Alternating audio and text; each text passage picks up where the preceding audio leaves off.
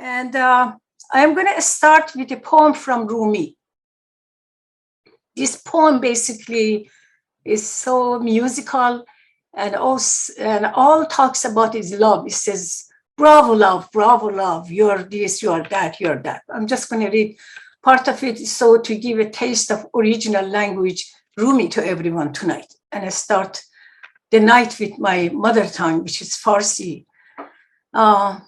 زهی عشق که ما راست خدایا، چه نغز است و چه خوب است و چه زیباست خدایا، چه گرمیم از این عشق چه خورشید، چه پنهان و چه زیباست خدایا. زهی ماه زهی باده همراه، که جان را و جهان را بیاراست خدایا. So this was part of a long ghazal by Rumi. Now I'm going to read about 6 of my own poems in English language. All these poems are going to be in my new collection, which is going to be out in late January by Vagabond in LA. And the collection called Ask the Wind. At the end, I am going to read a poem that I wrote for our beloved Jack Hirschman that we lost this year.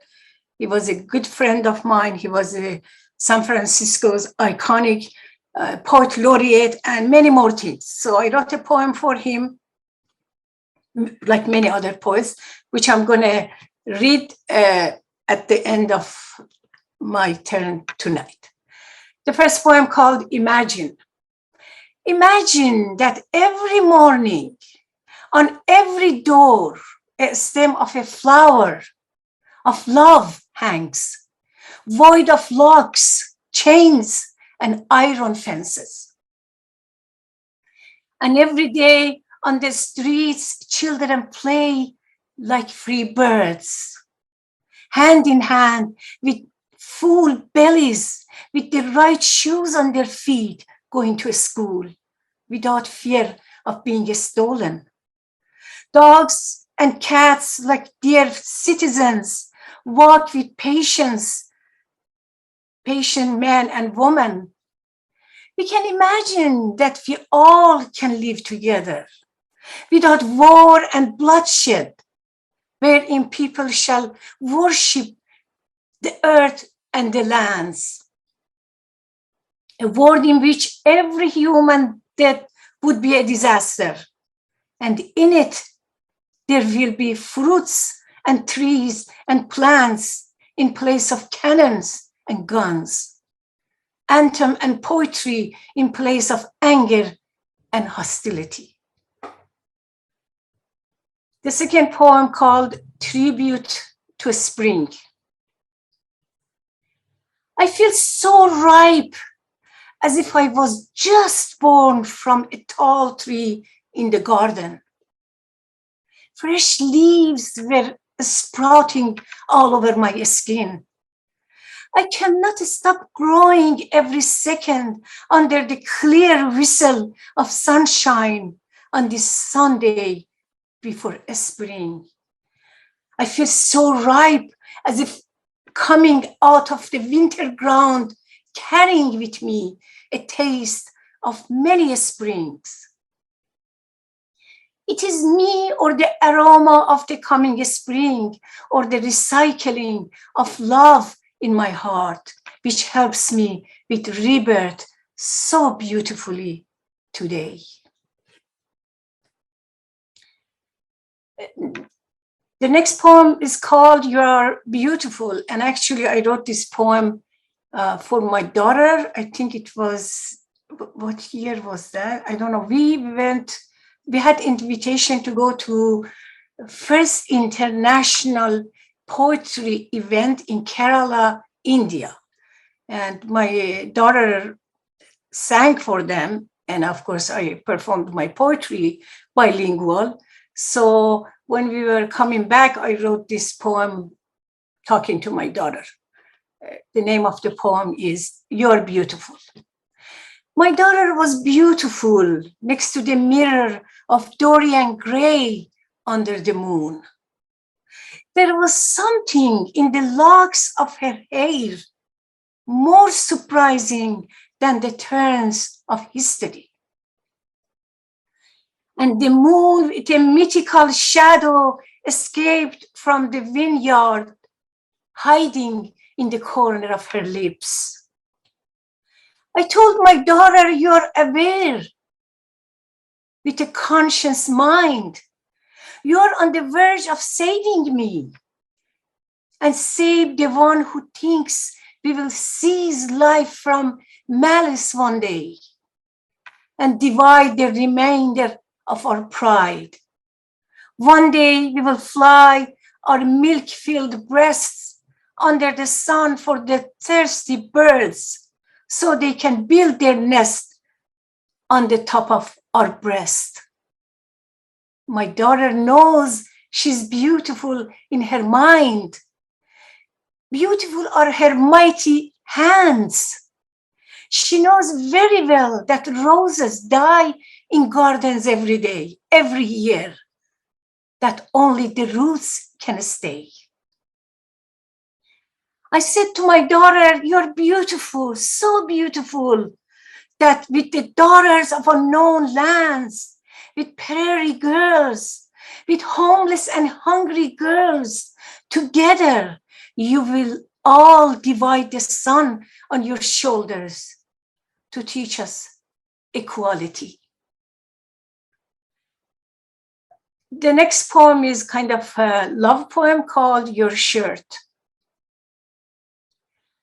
I came back and the smell of your body floated in the room. The purple shirt you left behind looks at me and has the looks of your caressing hands.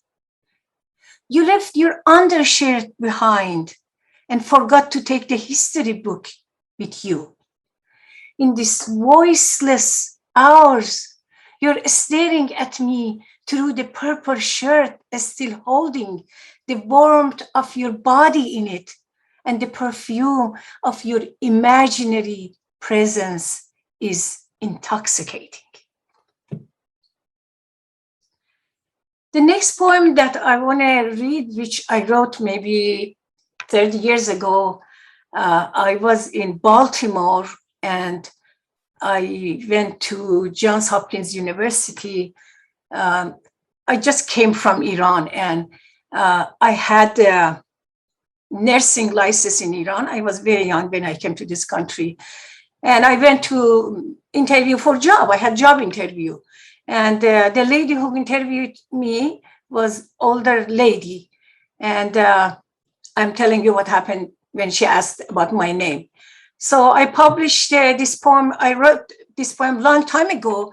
And many times this poem was picked to be published in anthologies or here and there, either in Farsi language or English. And recently, this poem been published in San Francisco Writers Workshop contest anthology. So this poem is one of probably 10 poems in that book. It is called DNA, deoxyribonucleic acid, DNA. It was Monday morning, and I was passing the big statue in the lobby of Johns Hopkins Hospital, searching for room 202, the first interview with Mrs. Willis. She had a kind smile on her lips. Her hands were wrinkled with red nail polish. Mrs. Willis looked me in the eyes. How do I pronounce your name, dear? I said, Mahnaz, the exact same way it is written. Mrs. Willis, with her master's degree, said, I will try. Mahnaz, Manuz, Manhus. Then gently she changed her voice and said, can I call you Mary? Mary, Mary, Maury, echoed in my head. I felt like evaporating morning dew, like a branch of a tree under heavy rain, like fruit just fallen from a tree. I looked Mrs. Willis in the eyes and I said, but my name is the charm of the moon. The name was called by my mother and by the man with black hair, dark mustache, and brown eyes. Mrs. Willis was looking at me with wide open eyes. I said, Mrs. Willis, is my name more difficult than deoxyribonucleic acid? So that was the poem DNA. I will read one more poem before I go and read poem for Jack Hirschman. This poem called Put Your Shoes On. My love, I saw you putting on your green shoes to join the people on the street chanting for change. To change the scene on the streets in this world with wealth and glory on one side and tents on cold asphalts on the other. To change the way we divide everything, poor and rich, black and white, ugly and beautiful, Jews and Muslim, East and West. Go on, put your shoes on, my love. It is time to put our shoes on, to focus on our similarities as a human being. Focus on a piece of bread for all, with no blood on it. To die from natural causes, not by guns, bombs, and hates on the streets of Chicago, Paris, and Palmyra. We may not achieve the change we want now, but we can hope for a future with new gardens without chemical dust, with children growing with their families without poverty and witnessing wars. Keep putting on your shoes, my love. Walk on the roads, uniting our voices. If not here, I will join you on another road somewhere in this world. And now the last poem that I wrote the same week. We lost our precious Jack Hirschman. This poem is for Jack. In 2 weeks, meaning less than 2 weeks, December 13, is Jack's birthday. He would be 87 years old. So there are some readings and memorial for Jack on that day. I'm going to LA to read in LA for Jack with a group of poets. For the red poet, Jack Hirschman, I feel closer to the galaxy today, soaking under rain, following the lost stars, with this news waking me up all night, with wondrous arcane poems chewing on my books. But can one believe that the guiding voice of love leaves this earth, while his footsteps are still alive in North Beach? Which part of this galaxy he has landed in now? Maybe he flew to eternity to spread love from above. Who was this man? Tall, with the wild mustache, with a heart as sensitive as a child, and the energy of a young lion. Now that he won't walk around city lights, now that he won't meet us in Café Tressé and won't send us emails, I think the end isn't too far for all of us. How is it possible to see the sun go down right in the heart of summer in the city of San Francisco? The red poet will never come to my house again to eat Persian food and read Rumi with me. I will complain to Rumi. I will complain to Walt Whitman for inviting Jack to eternity only to have the red poet next to them. But let's remember to celebrate Jack.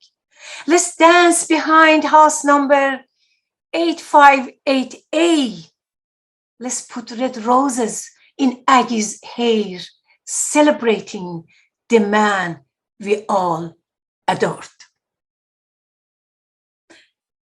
Also, I want to say that I made a video from this poem by Greg Pound's voice, and it's absolutely beautiful. I will send the link on these messages. And also, Jack, me and Jack, we published CD, her daughter did it, CD from Rumi's poetry, my voice in Farsi, his voice in English. And thank you very much for listening to me. Thank you so much. Thank you. Thank you. That was my part.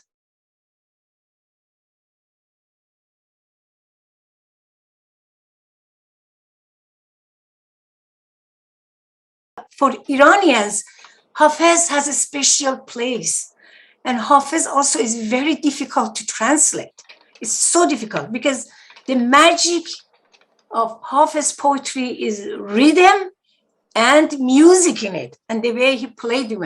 He also wrote so many ghazals, but he was very wise. He only picked 500 of those ghazals he wrote, and he left us only one book.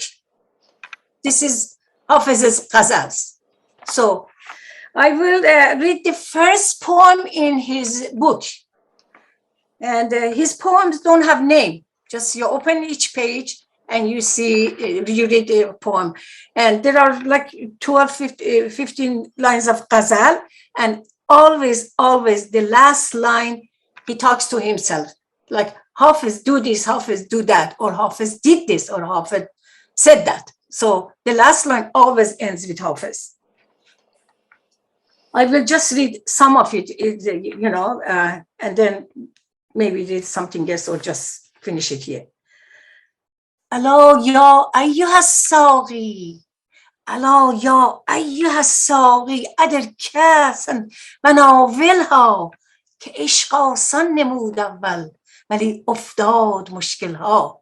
He says, oh Saki, fill my cup with wine, because love seemed so easy at first, but then ended up being so difficult.